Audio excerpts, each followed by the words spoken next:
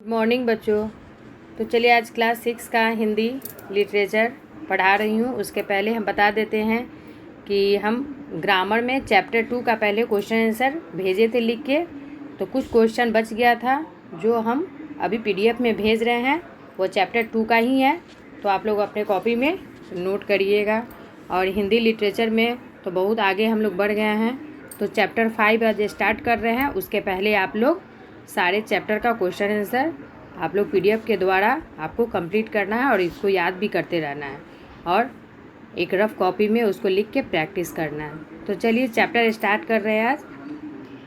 बचपन की यादें। तो सबसे पहले बता दें इसके लेखक है बाबू राजेंद्र प्रसाद। तो देखिए बचपन की यादें में क्या है। हम 5 भाई बहन थे और परिवार के चचेरे भाई बहन अलग। मेरे पिताजी जमींदार थे, उन्हें बाग लगाने का बहुत शौक था। आज भी उनके लगाए आमों के बगीचे फलों से लदे रहते हैं। तो इसमें लेखक बोल रहे थे एक कहानी जिसमें वह 5 भाई बहन थे और खुद चचेरे भाई बहन भी थे। तो और पिताजी क्या थे, जमींदार थे, उन्हें बाग बगीचे लगाने का बहुत ही शौक था और आम के बगीचे क्या थे, फलों से खूब सारे लदे हुए थे। मेरे पिताजी फारसी के विद्वान थे और संस्कृत भी जानते थे। उनके पास पुस्तकों का संग्रह था तथा वे बड़े शौक से अध्ययन भी किया करते थे।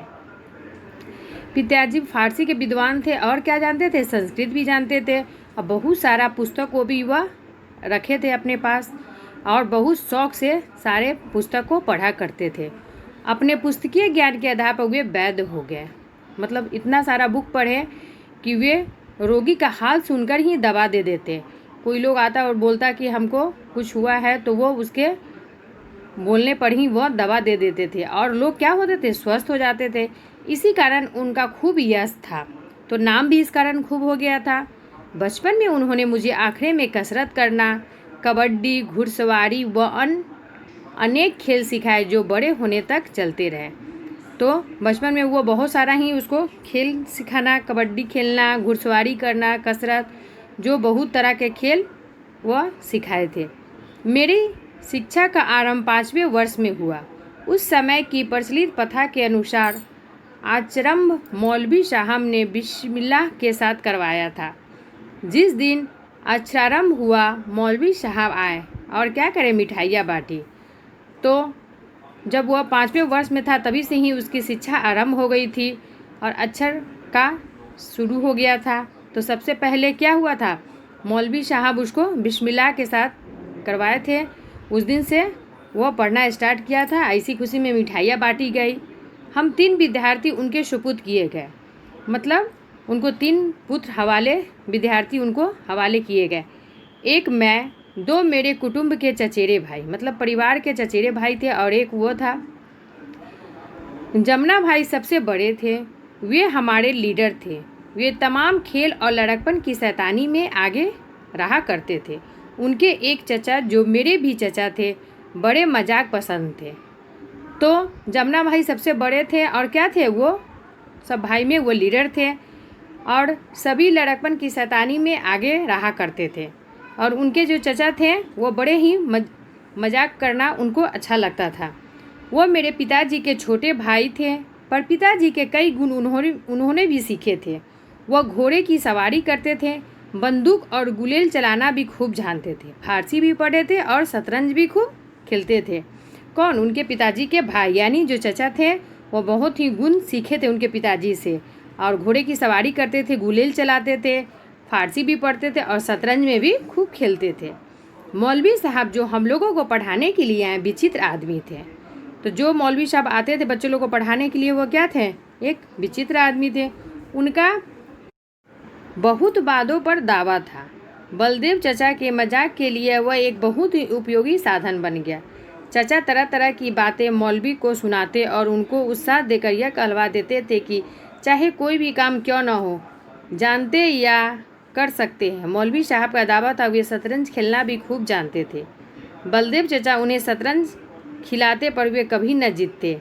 हम बच्चों इन मजाकों को कौतूहल से देखते, हंसने का मौका आ जाता, हंसना मुश्किल हो जाता था। तो उसके जो चाचा थे वो क्या बोलते थे कि कि बलदेव चाचा के मजाक के लिए वह बहुत ही उपयोगी साधन बन गए थे और तरह तरह की बातें मौलवी से कहा करते थे कि मौलवी साहब तो कोई भी काम कर सकते थे। और बलदेव चाचा उन्हें शतरंज खिलाते पर वह कभी क्या करते थे, उस खेल में नहीं जीत पाते थे और बच्चे इसे बहुत मजाक उड़ाते थे। हंसने का मौका आ जाता था, हंसना क्या हो जाता था, मुश्किल हो जाता था।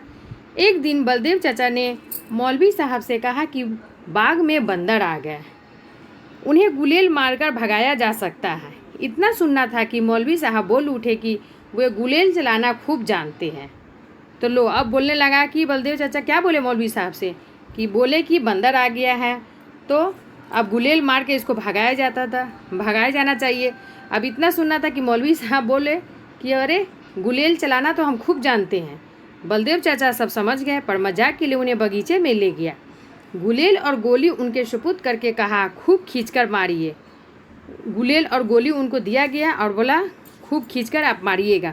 मौलवी साहब ने खूब खींचकर गोली बगीचे की ओर चलाई और बंदरों का हाल देखना चाहा।